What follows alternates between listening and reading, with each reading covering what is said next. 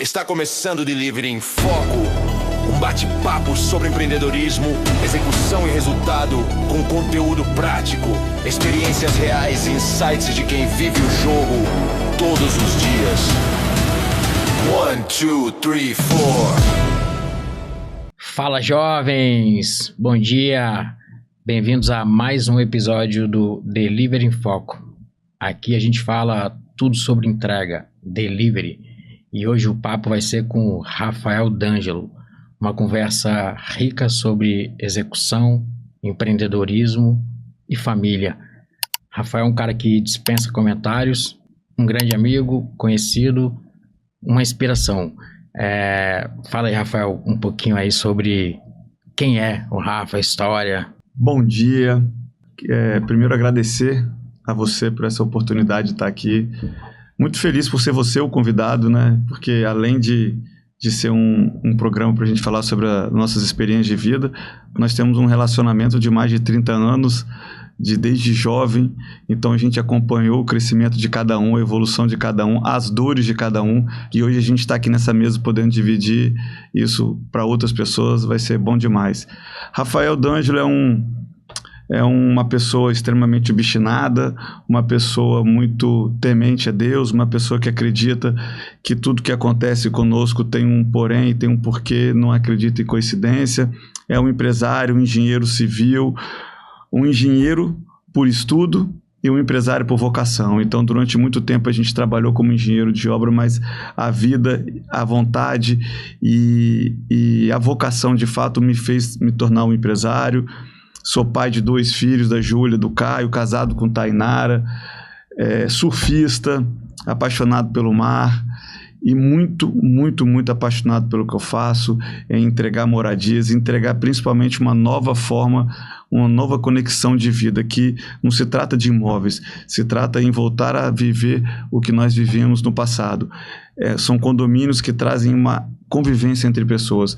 Aquela época que a gente vivia no nosso prédio de infância, que você podia sair e meu pai me deixava e ficava na sua casa. Se faltasse alguma coisa, a gente ia no vizinho e pedia. Existia uma convivência de comunidade. E é isso que a Ecoville e Rafael busca trazer nos seus empreendimentos. Uma comunidade, as pessoas voltarem a se relacionar, serem menos egoístas e mais humanas.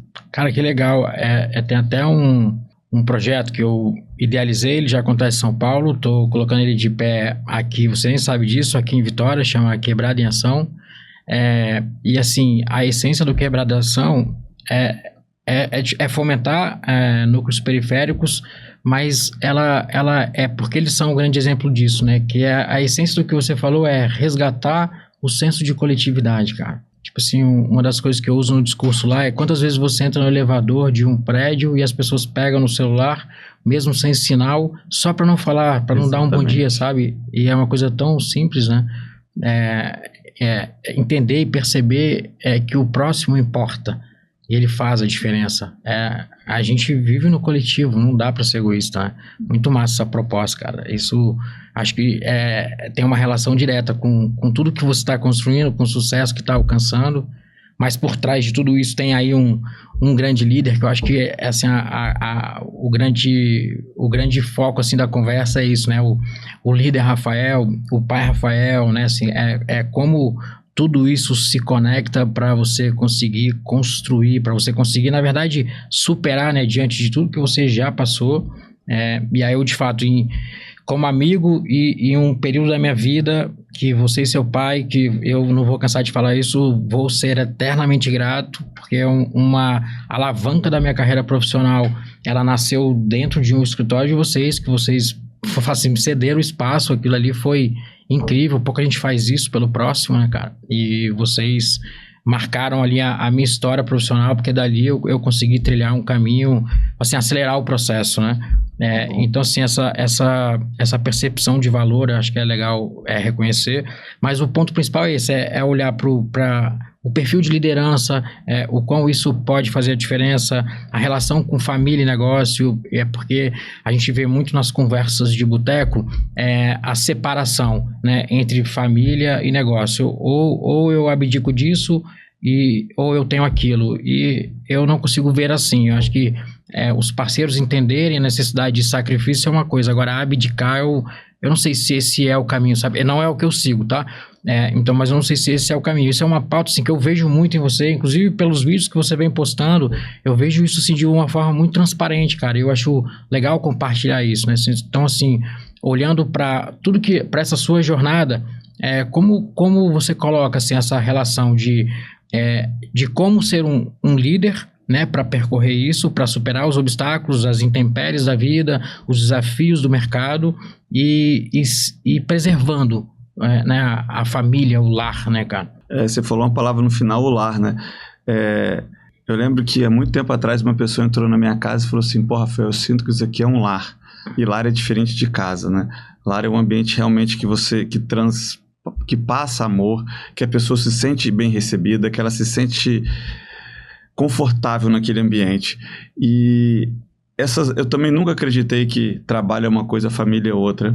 Eu acho que tudo começa pela família. Eu acho que a primeira base que a gente tem é a família. A família, trazendo para uma analogia de um prédio, é a fundação. É quem vai te sustentar, é quem vai definir o tamanho de onde você vai chegar, é quem vai ser a grande referência de tudo. E dali a gente vai caminhando para os outros passos da vida. Então, assim, eu vejo o seguinte: dentro da nossa casa, a gente tem que ser o sacerdote.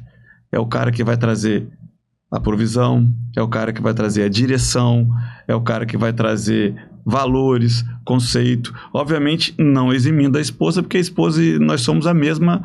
Após o casamento, Deus diz que a gente se transforma numa coisa só, numa pessoa só. Então, quando eu digo eu, sou eu e a esposa, no caso. Sim.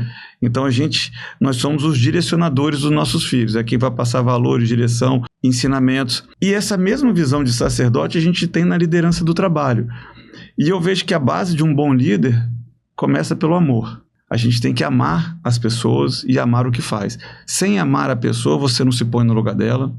Você não consegue ter uma sensibilidade de encaixar cada funcionário na sua posição exata, porque a questão não é o querer que você seja o melhor. A questão é identificar aonde você atua melhor. Porque todo mundo tem uma qualidade e tem um local que ele desponta. Então, a função de um líder é identificar essas posições. E para isso você tem que amar. Porque você vai ter que ter paciência, você vai ter que conversar, treinar, entender, motivar. Então, assim, eu vejo que o líder começa pelo amor. E aí, dessa liderança, além de amar, você tem que não ter vaidade, porque você muitas das vezes vai ter pessoas melhores que você, onde você vai ter que liderar e não ter medo dela se tornar maior do que você.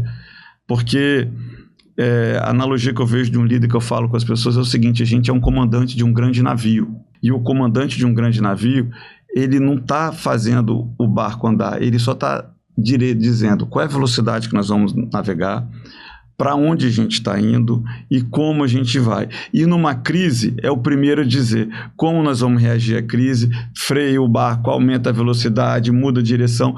Então, essa é a função do líder. Mas quem vai fazer tudo isso acontecer é a equipe. Sim. Então, nós temos que ser pessoas que estimulam, que motivam, que seja compassivo com a dor do outro. E com isso, você vai criando uma atmosfera de produtividade, de pessoas animadas e automaticamente trabalhando o melhor que pode. Então, você tem vários exemplos aí de como liderar, mas eu te trouxe como que eu me posiciono na posição de líder. É ouvir mais e falar menos. Sim. Eu penso de forma muito parecida, cara. Assim, até sempre coloquei em todas as minhas passagens, assim, na minha apresentação, que a gente já contrata com a intenção de formar um sucessor. E penso, tá? É a minha forma de pensar, então ninguém precisa concordar plenamente com isso, porque a chance da gente acertar identificar um sucessor é muito pequena, né? Exatamente pelo que você falou, né? Os recortes. Numa equipe, a gente sempre tem ali os perfis, o fulano que é bom nisso, o fulano que é bom naquilo, do jeito que você falou, a visão o seu papel é identificar as qualidades e tirar o máximo possível que essa pessoa pode entregar na função que ela desempenha bem, e não você querer encaixar ela porque num espaço que você precisa. Não é sobre isso, não é sobre isso, a questão é sobre as qualidades, né?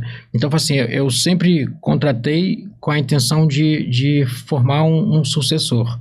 E eu não estou falando de empresas que eu era sócio, eu estou falando de empresas que eu tinha posição executiva.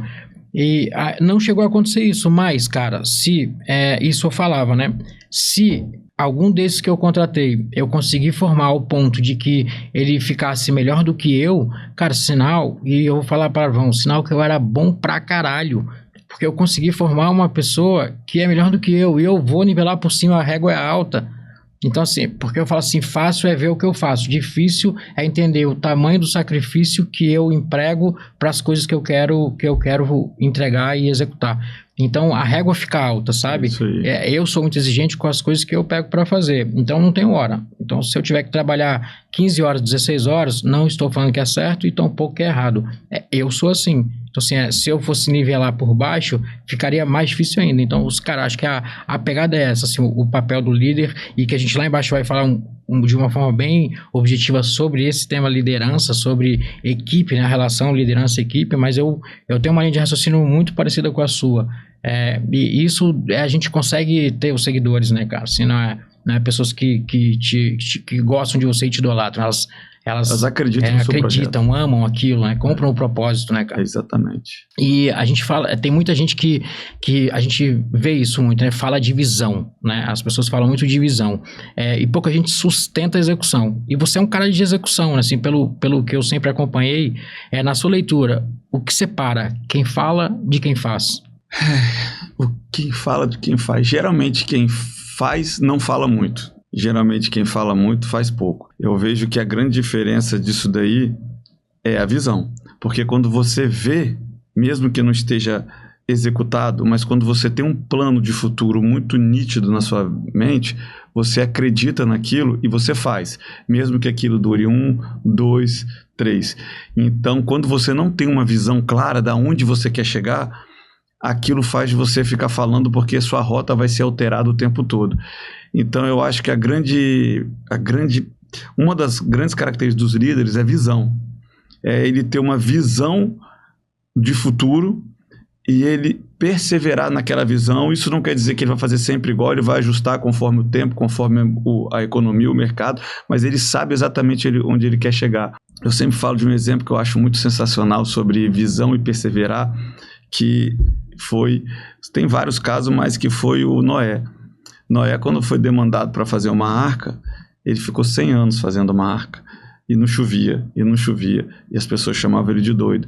Então, um grande líder, ele geralmente, num projeto arrojado como o seu, da Nexta, você já deve ter sido chamado de maluco, já deve ter sido criticado, porque você viu algo que às vezes muitas das pessoas não viram, e esse processo até chegar no objetivo final, que a arca está pronta, ele é doloroso, mas quando você tem a visão, você vai indo. Então, eu acho que essa é a diferença de quem vê, de quem fala, de quem faz, de quem fala. Quem faz tem uma visão e vai atrás. Quem fala não tem essa visão e vai criticando e vai mudando de caminho porque ainda não teve a oportunidade de ver o seu futuro. Não enxergou o objetivo.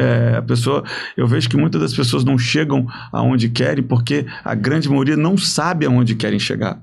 Então, quando elas não sabem onde querem chegar, elas são movidas pela corrente. Hoje a correnteza está de cá e está indo para lá, daqui a pouco a correnteza está para lá, ele vê um outro no outro caminho. E muitas das pessoas parece que é óbvio, mas não é. Se você perguntar para 10, aonde você quer estar, como você se vê daqui a 5 anos? Vários não vão saber dizer. Sim. Então, isso dificulta a pessoa chegar no lugar que ela quer, porque nem ela sabe. O que eu brinco é assim, as pessoas elas têm um mau hábito de criar um planejamento em uma estrada reta, e a vida é sobre curvas, né, cara? Então, e com muitos obstáculos, né? Então, quando você não tem esse objetivo claro, e aí você tá lá numa estrada pavimentada ou pavimentando, você se depara com uma rocha, o normal da maioria é desviar. E às vezes o objetivo tá depois da rocha, né? Faça um túnel, não é isso? Na maioria das vezes você vai ter que passar pela rocha. Você faz o túnel, cara. Então, é a capacidade de superar desafio que você perde quando você não tem execução, né? E o ponto-chave é objetivo claro, cara. Vai começar algo? Você fala assim, se eu me chamam de já me chamaram? Não, me chamam. A Nexta, quem acreditou na Nexta é amigo, cara, que eu recebi um investimento, é de amigo de infância que investiu no Guilherme, não na Nexta. Óbvio, não, porque a Nexa iniciou sendo o Guilherme. Depois ela virou a Nexa. O investidor, como eu não conversei com ele, não vou falar o nome, mas o investidor, isso ele fala, eu investi em você, não foi na Nexa, entende? Porque todo mundo ainda chama de doido. E assim, eu tenho várias, são ideias que, quando eu criei, eu fiz um pitch deck, né? Lógico, lá em janeiro de 2021. E esse pitch deck eu fiz um ecossistema, que é muito maior do que o que você tá vendo de bagzinha na rua para entrega de comida. A Nexa, ela vai ser muito mais do que isso. E eu apresentava esse ecossistema. Cara, todo mundo me chamava de maluco, mas maluco ao quadrado. Era assim, cara, não tem como você colocar isso de pé. Eu falei, tem. A questão é só como e quando. Mas tem, eu tô enxergando isso. Ninguém faz. Eu tenho várias coisas que ainda têm unicidade. Algumas o iFood fez, coisa que eu vi lá, na verdade, antes da Nexa, né? Porque eu saí da Nexa, que foi um compilado de coisas de ideias que eu tive em uma jornada de implantação de delivery na pandemia, que eu trouxe para dentro de casa uma empresa que eu trabalhava, não quiseram fazer, eu fiz a minha empresa com esse propósito. Transformação social, enfim, mais um monte de coisa. E aí, quando eu apresentava esse pitch deck, cara, você tá doido, isso não vai parar de pé. Há pouco antes aqui eu te falei uma ideia que eu tenho para transporte interestadual. Cara, isso eu nunca vi no mundo, essa ideia que eu tenho outras assim. Isso eu apresentava no meu primeiro pitch deck. Eu falei, cara, você não tá nem com a conta corrente aberta ainda da empresa, o CNPJ. Eu falei, mas eu vou fazer. Eu não tô falando, não tô apresentando aqui algo que eu vou fazer de uma vez. Tudo são fases, né? Eu preciso nascer. Isso é o originador de tudo. Então, eu falo assim, hoje a Nexa, para mim, ela é um grande veículo para concepção de negócios. Ela me abre muita porta, porque eu tenho uma dor do mercado. Todo mundo que vende online precisa entregar. Então, isso me abre muita porta. Eu consigo sentar em várias mesas em função de ter a Nexa. A Nexa não é uma empresa que nasceu para dar uma margem de lucro muito alta. De fato, o que ela vai se tornar, sim, né? Mas ela é um veículo. Ela é um veículo para eu gerar negócio e criar o ecossistema que eu quero implantar. E, sobretudo, que é o principal propósito, é um veículo de transformação social. Então, assim, largar tudo, chutar o pau da barraca e começar esse business aí que não é fácil, não foi fácil, porque o meu sonho é que a Duda ande de relógio na rua com 20 anos de idade. E isso só vai ser possível se a gente impactar a periferia, se a gente transformar vidas, a gente resgatar pessoas, a gente sair dessa esteira e dessa ideia, e eu também não preciso que ninguém concorde comigo, que educação transforma. Isso aí é base. Eu acho que educação não transforma. A nossa educação, ela foi estruturada para formar operários, cara. Ainda é. É zero mentalidade empreendedora. Então, você não transforma. Porque o rico continua sendo rico, a classe média com mais chance de ascensão e o pobre com a ideia de ser trocador. E não estou fazendo um desenho meu, não. Isso é um recorte social que, cara, qualquer pessoa que parar para analisar vai entender. É o pobre sempre sendo os serviços de base. E, empreender não precisa de faculdade. Criar um novo unicórnio, um negócio bilionário, não precisa de estar formado em Harvard. Você não precisa ter nem escola primária, cara.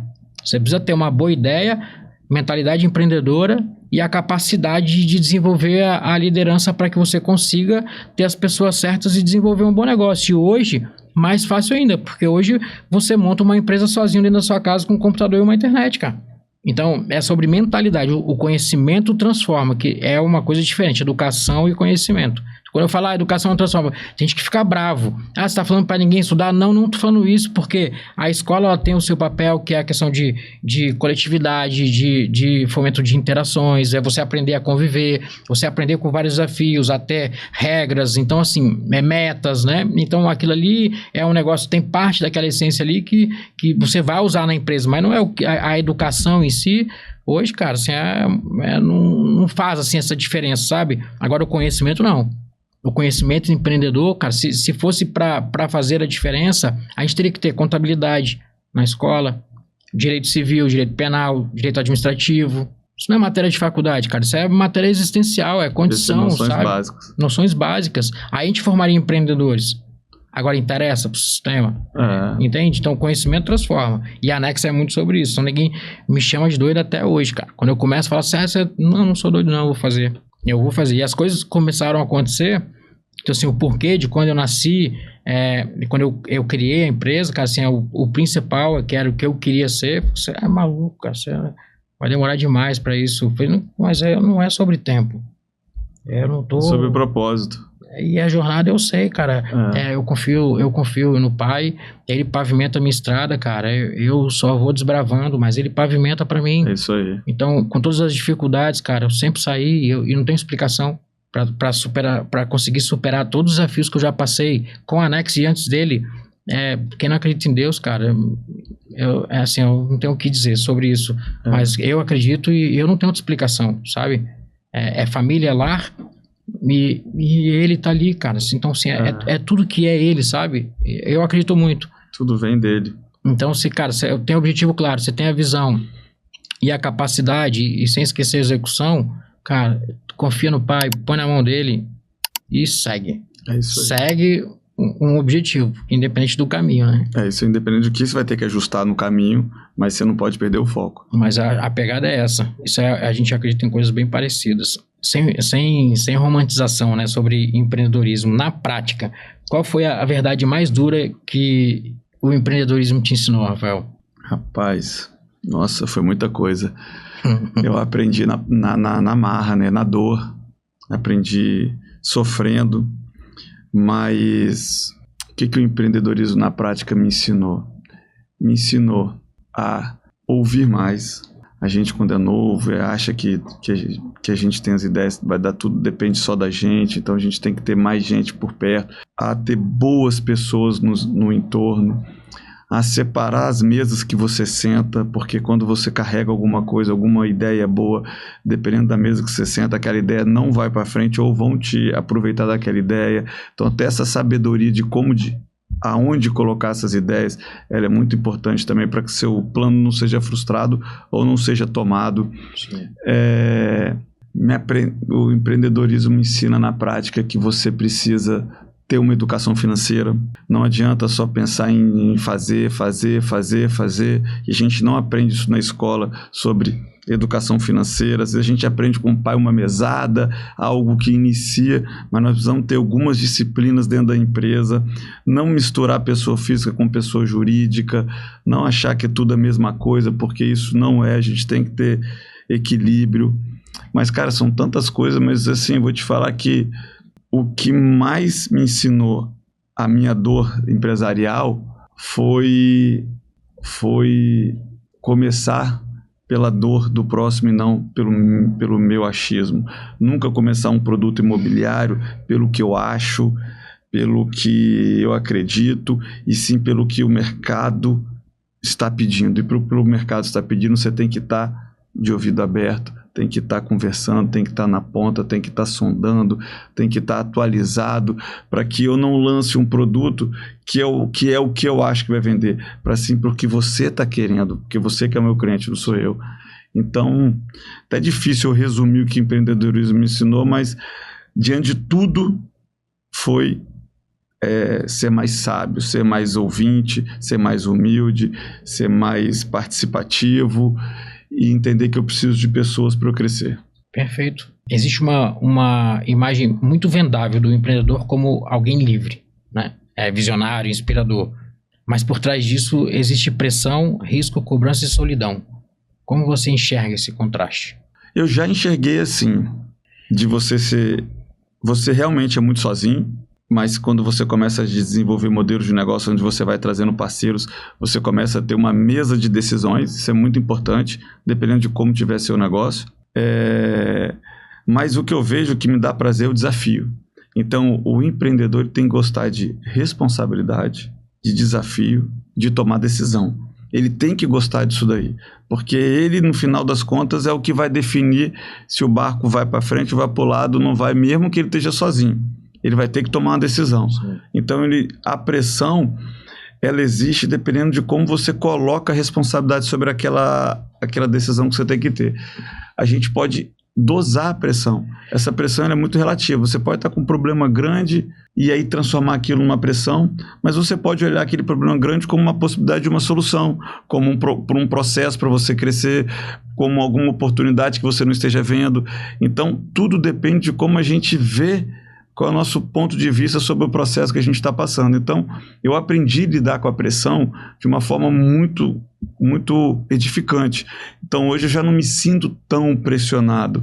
Se eu tenho investidores, o investidor está me cobrando, eu já não me vejo como pressão. Eu vejo, cara, eu acho que eu posso melhorar nesse sentido. Se ele de alguma forma está me cobrando, é porque eu estou falhando em algum ponto. Sim. Aonde eu posso melhorar? E sempre vendo algo de bom em cima da pressão e nunca vendo o peso da pressão. Porque o peso da pressão ele é normal, ele é existente, seja como empreendedor, seja como funcionário.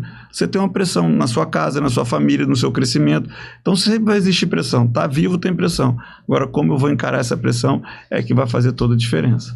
Sim, isso eu acredito nisso, cara. E tem um ponto que é assim, né? Ainda mais startupeiro, né?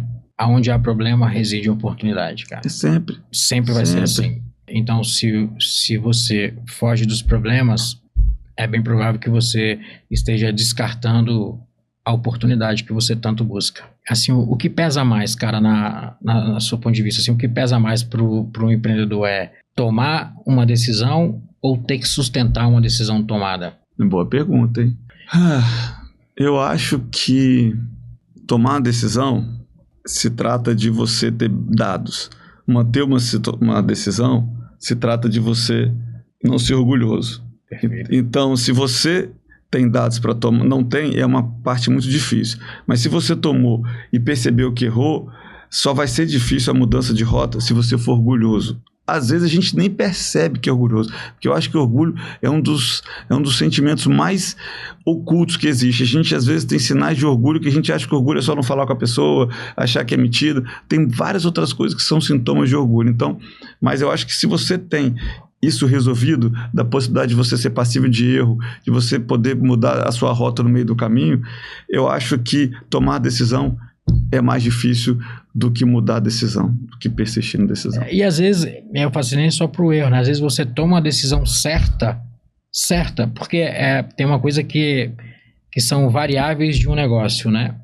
Então, você tem um objetivo claro, mas o mercado não acompanha o seu movimento. Você acompanha os movimentos do mercado. Isso é uma percepção que tem que ter. Então, às vezes, você, naquele momento, toma uma decisão certa que está alinhada com o seu propósito e com a jornada para alcançar o seu objetivo, só que o mercado muda, né? Então, e aí se você não tiver a capacidade de retroceder, de redesenhar, de entender que a decisão não foi uma boa decisão, não por questão de responsabilidade, de falar assim, cara, decidi errado, não. Porque, na verdade, você está ali porque você tomou aquela decisão lá atrás, né? Então, acho que o orgulho, ele é um grande inimigo do empreendedor, cara. Independente da sua dose. Eu acho que você tem que ser capaz de retroceder sempre. E é um ditado, né? Um passo atrás para dar 2 para frente. Né? E você falou mesmo, às vezes a pessoa não errou. Ela tem que mudar porque o momento mudou, ou porque uma ação que ela tomou, que ela esperava um resultado, deu outro, e ela tem que recalcular. Então a gente vive de acertos e erros. E o grande segredo não é não errar, é acertar esse erro o mais rápido possível. Porque errar, todo mundo erra. Agora, quando a gente consegue ter essa sensibilidade de acertar esse erro o mais rápido possível, mais rápido a gente vai caminhar para frente de novo e vai sair do retroceder. Sim. E o que você diria para quem quer empreender, mas ainda não entendeu que empreender é assumir responsabilidade um pouco acima da média? É isso aí. Eu acho que... eu vejo assim no nosso meio, no nosso mundo, que tem pessoas que gostam e tem pessoas que não estão preparadas. Para a pessoa empreender, é exatamente o que você falou. Eu ouvi uma frase que é a pura verdade. Criança faz o que quer e adulto faz o que tem que ser feito. Então, empreender é isso. É você não se preocupar com opiniões alheias, mas não estar com os ouvidos fechados. Sim. Não se preocupar com opinião. Estar preparado para tomar decisões, ter uma autocrítica de você mesmo, de saber até onde você tem capacidade de decidir, aonde você precisa de pedir uma ajuda. Mas você tem que estar preparado para isso, para cobranças. E é o que eu falei antes. Todo mundo é cobrado. Eu acho que a gente tem que tirar essa linha que diz que empreendedor tem que ser corajoso, porque se você é um funcionário público, você também tem que ter uma coragem de viver igual a vida inteira. Então você tem que ter a coragem de não poder sonhar grande. seu sonho tem que ser sempre igual, você não consegue fazer um salto de uma hora para outra, você vai ter que estar sempre fazendo aquela economia, porque sua vida é regrada. Isso também é uma coragem, porque o cara tem que ter coragem de ter uma constância. E o outro tem que ter uma coragem de poder viver um alto e um baixo. Então, assim, qualquer coisa que a gente está fazendo agora, tem disposição de ir no alto e ir no baixo? Segredo, não dê peso para o alto, nem dê peso para o baixo. Encare como uma estrada que tem quebra-mola. Você hoje está em cima, daqui a pouco você está embaixo. Pode ser que você só fique em cima, mas se descer, não dê peso para isso. Só analisa o que você pode melhorar e volta para cima de novo. Sim. Então, assim, essa pressão, ela é igual... Eu vejo que a pressão existe para o empreendedor ou para o não. Então, quando a pessoa começa a olhar para isso, ela vai ter mais desejo de empreender, porque o gostoso do empreender é a satisfação pessoal, é impactar vidas, é mudar a vida de pessoas, é poder mudar uma sociedade, mudar um país. Esse é o mais gostoso. Por isso que você fala do propósito. O propósito seu é uma transformação social, o propósito meu é uma transformação humana, e de qualquer forma, e de alguma forma a gente vive por esse propósito. Sim. Então, eu convido a todos a serem empreendedores, até mesmo no trabalho deles. Se eles estão sendo um funcionário de uma empresa, de um órgão público, faça o seu melhor, procura gerar mais resultado, faça com excelência, porque excelência é fazer o melhor que você pode com o que você tem. Sim. Então faça, porque você já é um empreendedor. E aquilo vai te gerar uma participação de resultado maior, talvez um aumento de cargo. Você não precisa ser um empresário para ser um empreendedor. Você pode ser um empreendedor aonde você estiver, buscando fazer sempre o melhor. E o sentimento de entregar algo incrível já é o melhor prêmio, né, cara? Você sabia que de alguma forma você... Picado por isso, por essa agulha aí de entregar algo sempre acima da média, é para si. Já é incrível. Você com o seu travesseiro... Já é incrível você ficar, cara, quando você chega no trabalho, todo mundo, não, chama lá, chama o Guilherme, chama o Rafael. Isso é incrível, cara. Isso eu sempre gostei, né? Independente do retorno financeiro ou da ascensão, mas é incrível. Você entregar acima da média é incrível. E isso é empreendedorismo puro. Eu falo, na verdade, eu desde pequeno, né? Tive essa veia comercial, empreendedora, mas a minha carreira executiva, ela foi acelerada por isso, cara. Por isso. Eu sempre quis ser acima da média. Então, eu trabalhava em casa, trabalhava no hotel, e todo mundo ia pro boteco, e sempre jogando bola, é isso aí. E eu fiz uma ascensão aceleradíssima por isso. Né? E nunca foi buscando uma ascensão, foi buscando uma entrega acima da média. Então, até pra gente não gastar muito tempo com isso, mas eu lembro que eu trabalhava na Gol, né, na auditoria interna, e a gente tinha lá um target, a auditoria interna a gente testa controles internos, né? Então, tinha uma métrica lá que era, a gente tinha 14 horas de orçamento para testar cada controle, beleza? E, cara, aquilo mexia comigo. Eu falei, como 14 horas? Eu preciso baixar. Eu sei que, passado um tempo, a gente estava já com um orçamento de pouco mais de 4 horas por controle interno. De 14? De 14. Eu subi a régua. É isso aí. E eu fazia, entre aspas, em casa eu pensava e construía formas de otimizar o processo, mas eu não é levar o trabalho para casa, era como eu posso fazer o trabalho que eu faço lá mais rápido. Essa era a minha missão. Com a mesma qualidade. E aí estudo, né? Aí, na verdade, você melhora, né? Quando você otimiza, você tem mais tempo para pensar e ter ações de qualidade, né? E não execução por necessidade, né? É procedimento, né, cara? É tudo isso. E hoje é tão instintivo que, assim... Isso é um dom que você recebeu. Por isso que você tem que fazer bem feito. Porque todo mundo recebe um dom divino.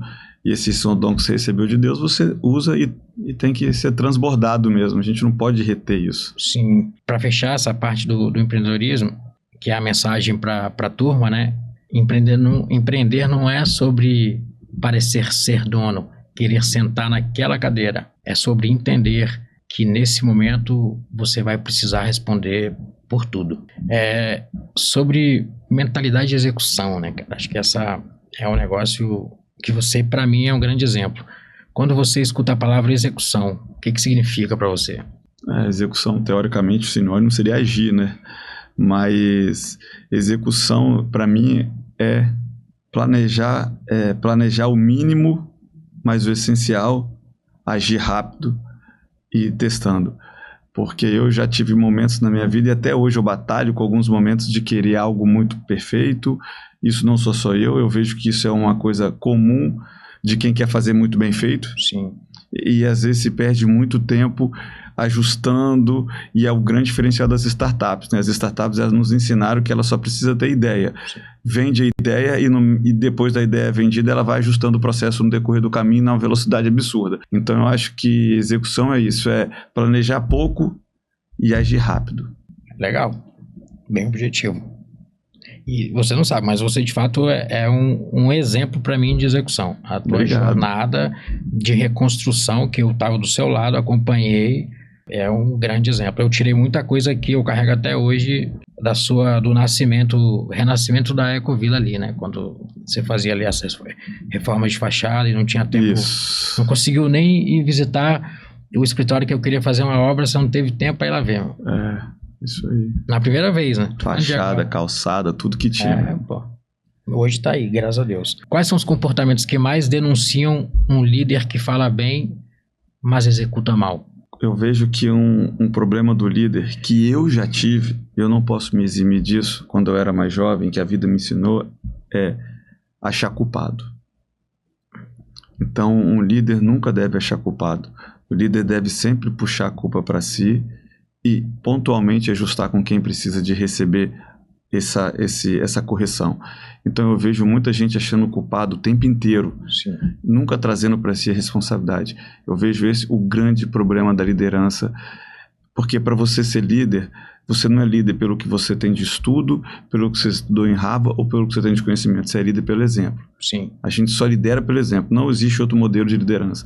E quando você não mostra o exemplo que o líder é assumir a responsabilidade, ele está realmente dizendo que ele está se colocando num patamar diferente, tá pagando, e a pessoa começa a se sentir fragilizada. Então, se a função do líder é decidir ter a responsabilidade, tanto no ônus quanto no bônus, ele tem que puxar isso para ele. No bônus, divide com a equipe. No ônus, traz para si. Sim. Porque no final é ele que vai responder. Então eu vejo que um problema da liderança é isso, é as pessoas começarem a ser líder e culpam o empregado, culpam não sei quem, o cara está faltando muito, será que ele já sentou para conversar com o funcionário por que está faltando muito? Se ele está com um problema em casa com a família, se ele está precisando de um suporte lá na família, Sim. Será que ele já pensou sair da cadeira de líder e se colocar na posição do liderado? Ele está na posição errada. Entendeu? Então, assim, eu vejo que falta isso muito dos líderes em estar sempre... Pode ser um cara extremamente preparado tecnicamente de estudo, mas não vai ter um time engajado da forma que gostaria se ele não assumir que ele é o culpado de tudo. E a gente vê isso no futebol. Sim. Um time vai mal, quem manda embora é o técnico, não é o time. Então, de alguma forma, o técnico falhou com o time e alguém tem que entender que precisa de reestruturar de novo. Então, esse que eu vejo que é um grande erro da liderança, a falta de responsabilidade para si mesmo. Eu acho que isso é um gap do mercado, né? Porque a gente tem líderes por qualificação técnica, né? E não por capacidade de direcionamento, né? E eu acredito muito na forma que você vem expondo sobre liderança, que é o papel, né? E eu acho que a mensagem, inclusive, que a gente bate diuturnamente lá na Nexta, por mais pequenos que sejamos, é que é tipo assim... Os benefícios são nossos, os problemas são meus. Vocês não precisam saber o tamanho da minha dor para levar esse barco para onde eu estou levando. E o ponto-chave é que quem perde tempo para achar um culpado, deixa de ter um tempo bom para achar uma solução. Exatamente. Então, o benefício, bate palma. Mas o problema grita, porque a gente resolve mais rápido. O ponto-chave é esse, que problemas sempre vão ter, cara. E quando você não cria essa cultura da liderança, né, das pessoas seguirem, porque é uma coisa legal que você falou sobre esse hiato aí entre liderar e o que eu chamo de imperar, né? Então, se você lidera, você tem um objetivo, você fala, você determina o caminho e a galera vai fazer, mesmo porque você não tem como ficar olhando o trampo de todo mundo todo dia, toda hora. Agora, se você é o imperador da execução, você não tem capacidade de olhar tudo, finge que está olhando e quando acontece você procura o culpado por um erro que é seu. Porque Exatamente. Se você é o maestro, né, eu gosto de... você comparou... eu gosto de comparar com música, com uma orquestra. E uma empresa é isso.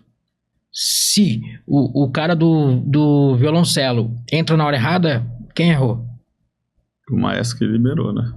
Entendeu? Então, você é o cara que tá com a varinha na mão. De alguma forma é ele que vai ser penalizado. Você vai treinou pouco, ensaiou pouco, Então, e aí, se você tem a capacidade de perceber isso e não perder o tempo de procurar um culpado, cara, você resolve o problema mais rápido. Às vezes o que parecia ser um problemão nem chega a virar um problema.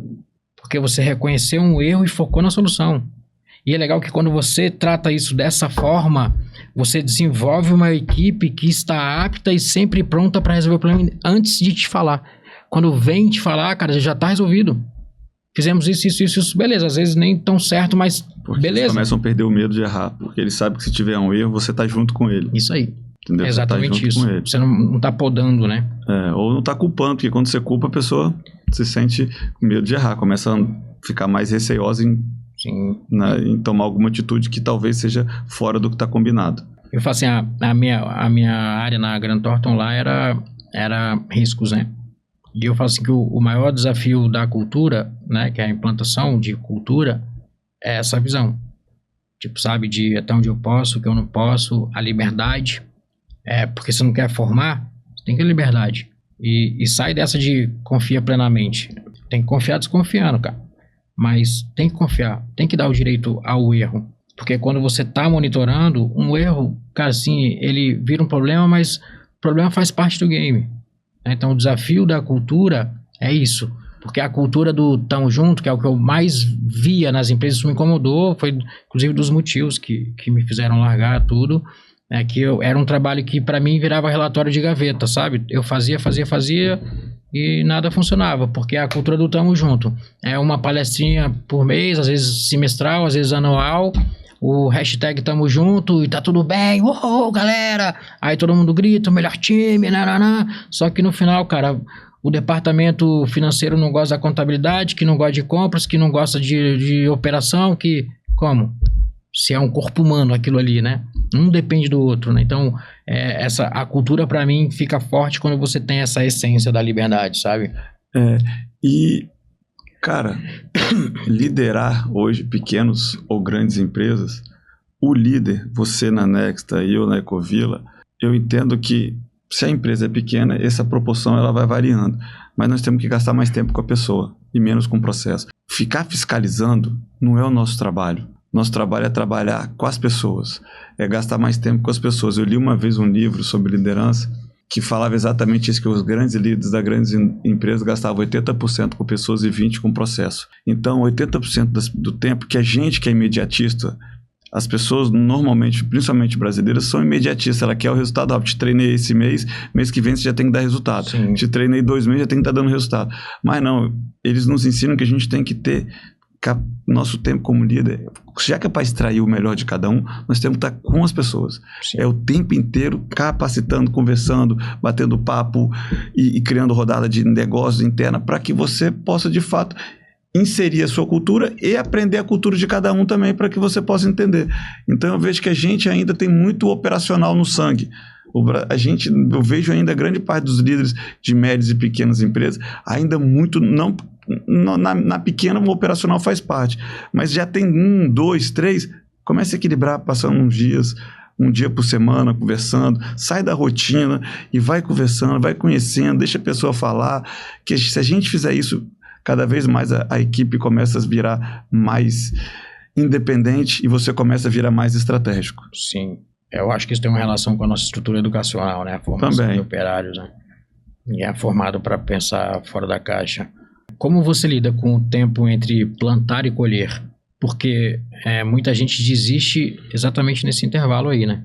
Assim, Deus sempre foi tão bom comigo que Ele sempre me colocou uma capacidade de resistência, de resiliência muito grande, mesmo antes de eu conhecer mais perto Deus, Jesus, conhecer a Bíblia de mais aprofundado, mesmo antes dessa caminhada espiritual minha, eu sempre tive uma capacidade de resistência muito grande. Você pode ver que eu estou na construção civil desde que eu iniciei, desde 12 anos eu estou dentro de canteiro de obras, então são 35 anos dentro da construção civil, e com crises que eu passei com a empresa do meu pai, com a minha, eu nunca fui para outro ramo, mesmo tendo milhares de convites e oportunidades, sempre permaneci obras grandes, obra de calçada cidadã, sempre fazendo a mesma coisa que eu entendi que era o meu propósito. E hoje eu entendo que esse processo é essencial, o tempo de plantar e colher. Ele tem que resistir, só que cada fase vai te mostrar um sinal se você está caminhando no caminho certo.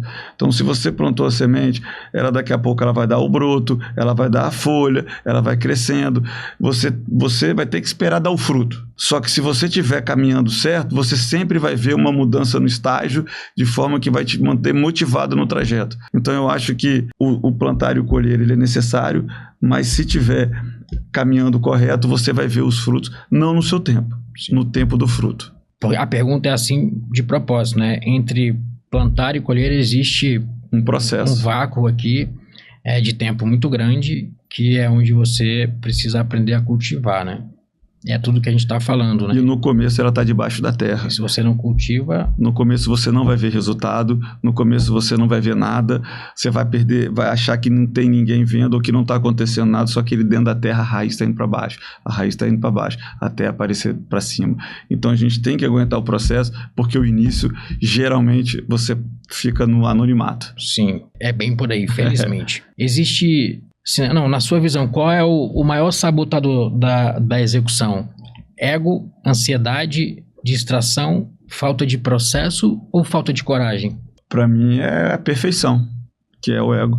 O excesso de perfeccionismo é o grande sabotador da execução. O Rafael, cara, assim, é um exemplo de execução. Eu vou convidar aí, até fazer uma pausazinha aqui para um merchan, para um projeto incrível que esse cara construiu, que é o negócio dele, que é a Ecovila, e aí fazer um convite, entrar lá para conhecer, né? Porque se eu falar aqui os condomínios top que ele está construindo na Ponta da Fruta, no Lé, né?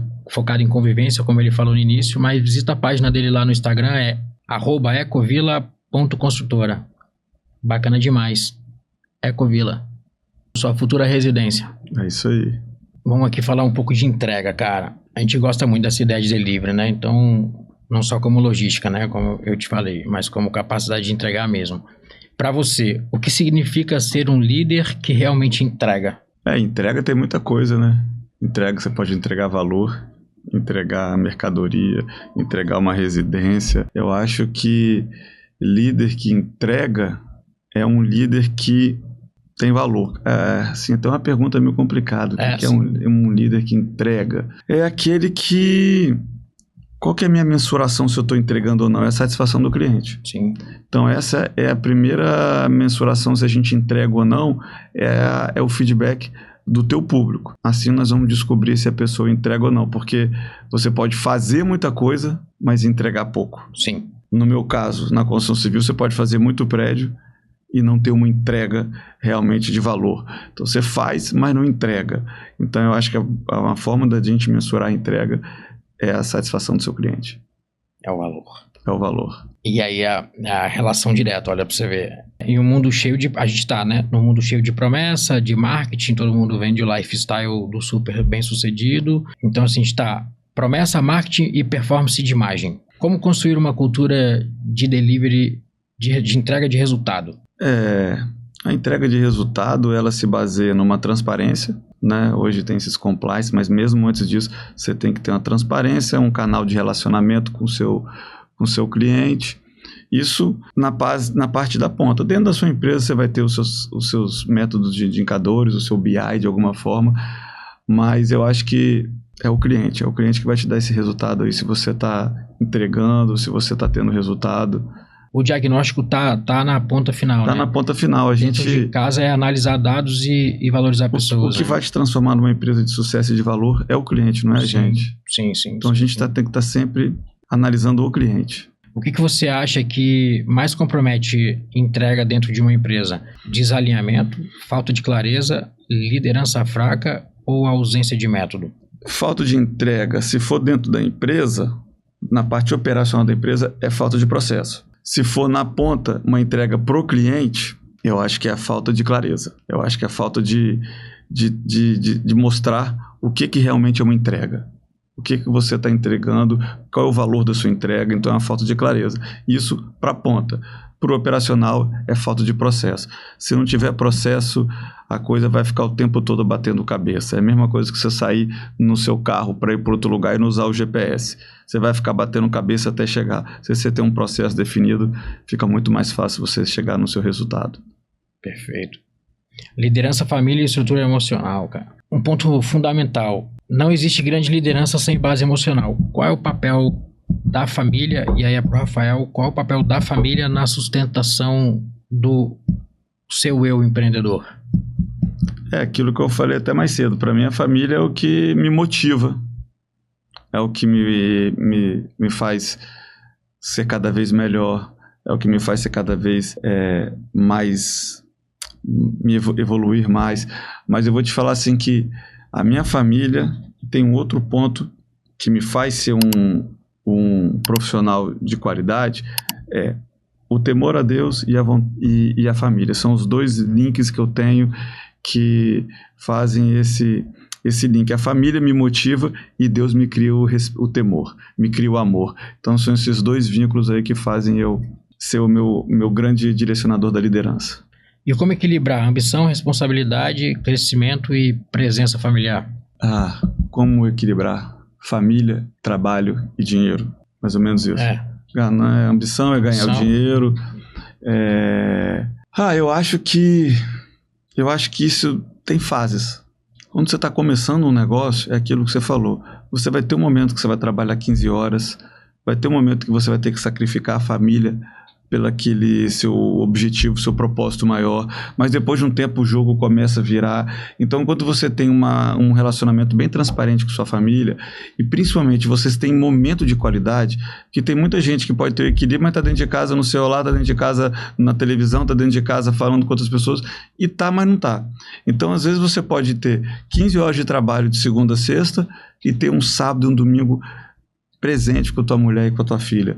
Aquilo dali vale muito mais do que um cara que está equilibrado, mas não está presente. Então, tudo isso a vida vai nos ensinando. A gente tem que estar presente. A presença cria memória, cria relacionamento, e sua filha e sua esposa vão entender que você está trabalhando por algo maior, por um bem maior, e vai ter um grande exemplo dentro de casa. Por nós, né? Acho que é diálogo e presença, né? Eu penso isso aí. Não se trata de tempo, se trata de presença.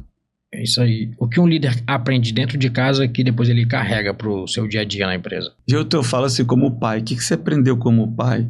Você aprende a diminuir sua vontade própria por uma vontade de um outro ser humano. Você aprende a ter que... como é que se diz? Se submeter a vontades que você não quer, que quando você é sozinho, você faz suas vontades, depois você já não tem mais a sua agenda, muito vai ser a agenda da família. Então você começa a ter menos exigência e ser mais passivo, ser mais humano, ser mais cordato, ser menos orgulhoso, porque você tem que ceder para a tua família, que é a grande questão quando você começa um casamento, é você ter um novo relacionamento. Às vezes você quer que sua esposa seja do jeito que você acha que tem que ser, aí você já começa aquele primeiro embate, depois tem filho, você começa a não dormir direito. Então aquilo tudo vai te transformando numa pessoa preparada para o desafio do empreendedorismo, que é estar sempre nessa oscilação, mas você vai ter horas que vai ter que frear, vai ter horas que você não vai falar o que você quer falar, você não vai fazer o que você quer fazer, porque você sabe que tem outras formas de ser feita, ou porque não é a hora. Você se coloca dessa forma e também aprende, né, que não pode desviar do caminho, né? Então tudo tem limite, né? Empreendedorismo é liberdade ou responsabilidade em dobro? Responsabilidade total. É gostoso a liberdade. Sim. É gostoso a liberdade, mas é responsabilidade, porque a gente não tem férias descansando. Sim. A gente tem férias com a cabeça funcionando. Então, de qualquer forma, a gente vai estar sempre com a máquina. É uma máquina que, às vezes, quando você tira férias, você só diminui a rotação, mas ela está sempre ligada. Está sempre rodando, sempre pensando, sempre com alguma coisa para decidir. Então, eu acho que é mais responsabilidade do que liberdade. Qual é a diferença entre mandar e liderar? Mandar é o que você falou, é imperador. Liderar é dar exemplo. Mandar é na marra, é na autoridade da posição. E liderar é exemplo, que você não precisa de mandar, as pessoas te seguem. Isso é legal, assim, o que você pensa, assim, né, sobre... Porque é um recorte, eu tenho o meu ponto de vista, mas você acha que liderança é dom ou é construção? Não, eu acho que é construção. Se você tiver o dom, facilita, mas é construção. Isso é construção. A vida forma um líder. Sim, são ensaios, erros e acertos, né? E qual que foi a decisão mais difícil que te fez amadurecer como um líder, Rafa? O que me fez amadurecer como líder foi o momento mais difícil da minha vida profissional da minha empresa, onde eu tive que sair de onde eu morava para ir para Eu saí de Vitória para morar no Lé, não por uma opção de surf, por uma necessidade financeira. E dali, graças a Deus, foi o grande ponto de virada da minha vida. Onde inicialmente era um sofrimento, virou uma alegria. Então, assim, é o que eu te falei sobre o ponto de vista sobre as pressões. Agora, a grande chave da virada na minha vida foi Jesus, não teve outro jeito, porque quando você aprende a viver como Jesus, que devemos ser imitador dele, tudo fica mais fácil na liderança, porque são duas coisas básicas, amar a Deus acima de todas as coisas e amar o próximo. Quando você ama o próximo, a vida flui de uma forma diferente, as decisões tomam um peso diferente, e eu só caminhei, e essa virada da minha vida espiritual aconteceu, já não foi nem na crise, eu já estava em ascendência, mas depois que eu comecei a ter uma intimidade maior com Deus, assim, a minha vida realmente ela triplicou em termos de qualidade, não só em termos financeiros, porque prosperidade não é financeiro, prosperidade é um conjunto de fatores, mas esse foi a grande virada para mim. Legal, cara. Uma boa mensagem. Agora a gente chegou, é um quiz, é um quadro, a gente chegou agora no giro final, que é um bloco de perguntas rápidas, mas com peso, né? Então, perguntas rápidas, respostas curtas, mas... É aquele famoso ping-pong, bate-bola? Mas precisa ter visão grande, sabe? É sem enrolação e sem discurso pronto, mano. Liderança, execução e verdade na veia, beleza? São 8 perguntas. Bora? Bora. O que separa um sonhador de um executor? A ação. O sonhador, muitas das vezes, só sonha e não executa. E o executor, então, é a ação. Isso aí, agir. Só agir, né? Quer? Faça. Qual é o erro mais caro de um empreendedor? Essa pergunta é boa, para ser rápido. O erro mais caro de um empreendedor, na minha visão, não dá ter ouvido fechado, não receber conselhos. Mas a gente tem que ter filtro, mas temos que ouvir conselhos. Sim. Às vezes um conselho errado te mostra a visão de um caminho que você não estava vendo. Liderança forte nasce ou é construída? Eu acho que é construída. O que destrói mais resultado? Ego, desorganização ou falta de disciplina? Ego. Família fortalece ou testa ainda mais um líder? Fortalece. Qual a entrega que não pode faltar em quem quer crescer de verdade? Amor pelas pessoas. O líder de verdade forma seguidores ou constrói líderes? Constrói líderes. E o que mais enfraquece uma equipe? A soberba. A soberba precede a queda. Sim, cara. A soberba precede a queda. Então isso é Provérbios, e um líder arrogante é o que mais entristece. A grande parte dos liderados não estão ali pelo dinheiro. Ele está ali também porque ele quer se sentir participante da vitória. Eles querem estar dentro do time que ganhou. E quando a soberba está acima disso, a pessoa quer levar a vitória sozinha. Isso entristece demais uma equipe. Pertencimento, né? Pertencimento tem poder pra caramba, né? Todo mundo tá por um propósito nessa vida. Sim. Ninguém tá aqui à toa. Todo mundo tem um propósito. E eu acho que quando você consegue liderar com amor, né? Que é uma condução menos dolorosa, você consegue ter das pessoas um sentimento, porque quando você lidera com amor, você impacta, né? Então você consegue ter das pessoas o sentimento que para mim é o mais lindo de todos, que é a gratidão, sabe? A gratidão, ela rompe todas as barreiras que possam ser postas na vida de alguém. A gratidão move o céu. E para você ter o amor, cara, o que eu tive na minha vida para viver com esse amor pelas pessoas, quando eu volto a te falar, é a presença do Espírito Santo, porque o fruto do Espírito Santo causa algumas mudanças na sua vida. Sim. E uma delas é essa, é o amor, é a benignidade, a compaixão. Então, quando a gente começa a ter essa presença forte na nossa vida, você começa a amar mesmo quem não te ama, mesmo quem está desejando contra, mesmo que então, porque aí que é o gostoso. Porque amar quem te ama é muito fácil. Sim. Qualquer um ama. E para amar as pessoas, é o que eu falo, eu convido todo mundo que está ouvindo aqui a buscar um conhecimento maior sobre Deus, a entender que o único vazio que vai te preencher, a única forma de preencher o vazio que você carrega na sua vida, mesmo com dinheiro, mesmo com filho, com família linda, o maior preenchimento é a presença de Deus na tua vida. Então, te recomendo e te convido a buscar essa presença, que eu tenho certeza que você vai conhecer a felicidade plena. Tá nas palavras, né? Tá nas escrituras, e não é para polemizar, eu acho que cada um tem a tua forma, mas só para ficar claro, assim, se você não é temente, se você não acredita, você não precisa ir para a igreja. vai ler as escrituras, vai praticar os ensinamentos para você perceber o que passa a ser Jesus, passa a ser Deus para você, no seu ponto de vista, da sua forma de enxergar. Mas certamente a evolução para uma pessoa melhor, ela vai acontecer a partir do momento que você começar a estudar as escrituras, né? Então ali tem muita coisa legal, muita coisa linda, muita coisa de pureza, de transformação. O ambiente da igreja é um ambiente de energia positiva, de transformação, de união, de coletividade. Então, para algumas pessoas isso é fundamental, né, estar ali, mas o reino de Deus está no coração de cada um, né, cara? Todo mundo que tem se você conseguir ter isso dentro do coração, certamente vai entender o que a gente está falando aqui. E só fazer um adendo antes de a gente finalizar, é que muita gente pergunta, mas como que eu faço? Como é que eu começo? Como é que eu posso conhecer o Deus assim? Porque parece que Deus está algo tão distante, que para quem não tem intimidade é algo tão distante, mas a própria oração, que é a oração mais famosa de todo mundo, que foi Jesus que ensinou, que é a oração do Pai Nosso, já começa falando Pai Nosso. Então ele é um Pai. Para você ter conhecimento de Deus, você precisa de se relacionar, como você com seu pai, com seu esposo, com seu marido, com seu filho. Sem relação, você não gera intimidade. Então é isso, começa a se relacionar, lê a Bíblia, conversa com seu pai, não tem segredo uma oração, não tem uma formalidade, só precisa de abrir a boca, porque ele está ouvindo. E eu tenho certeza que os resultados na tua vida vão ser tão assustador que você vai ficar até constrangido com o tamanho do amor de Deus. Acredito muito nisso também. Cara, foi uma conversa incrível, Rafael. Obrigado, cara.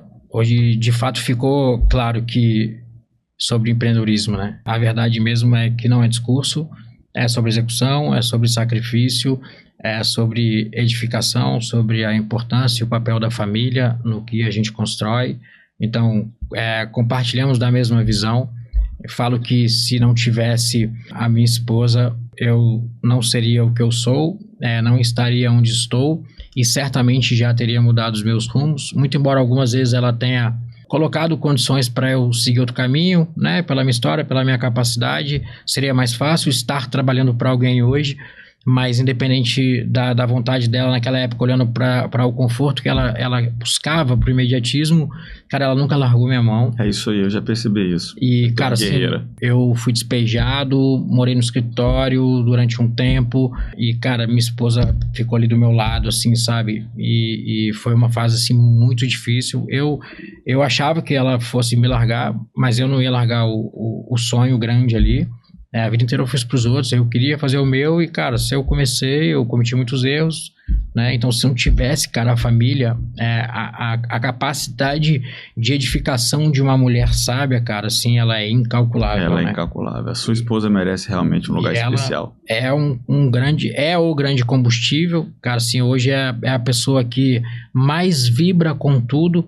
E o legal, cara, assim, que quando você tem a base do relacionamento é o diálogo, né? Quando você tem esse diálogo, cara, assim, a gente aprende a valorizar as pequenas conquistas, sabe? Então, isso faz com que ela demande mais força pra mim. Ela fala assim, cara, como você consegue? Eu admiro muito você às vezes você chega em casa 2, 3 horas da manhã, 6h30 você tá de pé, tá no escritório, porque não é pra mim. Não é pra mim quando eu recebo um áudio de alguém que eu impactei, de uma vida que eu transformei, que está relacionado com o propósito lá da frente, que é para nossa filha. Então é tudo sobre isso, sabe? Assim, o combustível, o ânimo, a disposição que eu encontro para fazer tudo que eu faço, que nem eu acredito que eu faço, tá nessa edificação que você mantém de pé, cara, assim, que é o lar.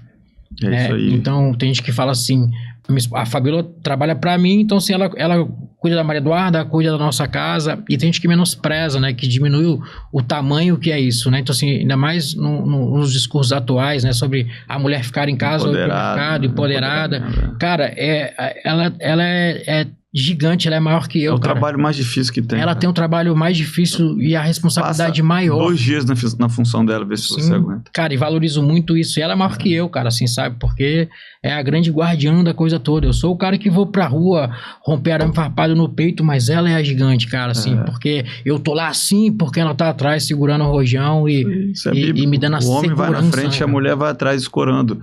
Essa é a função.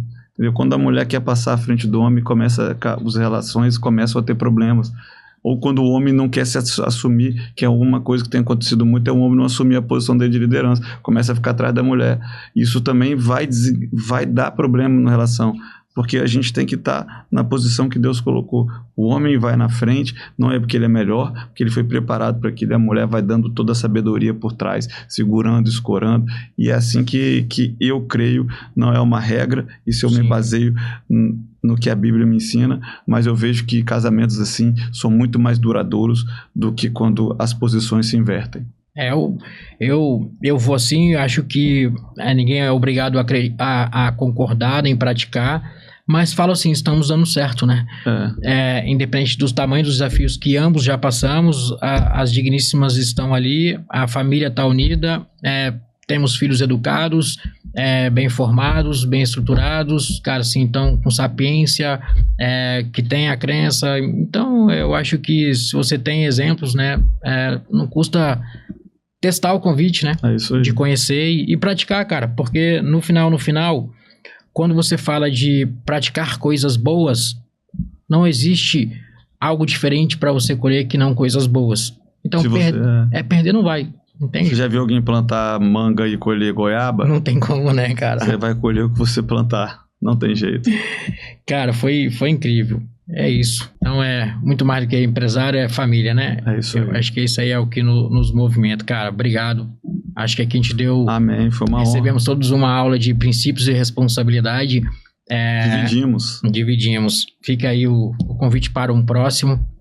E aí vocês, né? Fica aí o convite para conhecer, para praticar, para entender liderança, execução, família, a família, lar, Deus, Jesus, e da forma que você quiser tentar entender um pouco sobre o quão isso é lindo e tem uma capacidade transformadora incrível. Amém.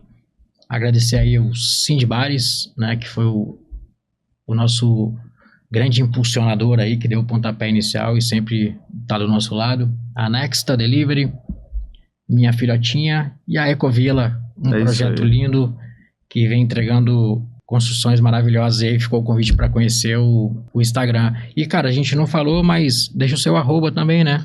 O meu é Rafael, @Rafael com PH, tá? Isso aí é uma coisa desde criança que a gente tem que ficar diferenciando. @Rafael_D'Angelo. Isso aí. É isso aí, pessoal. Muito obrigado. E é isso. Até a próxima.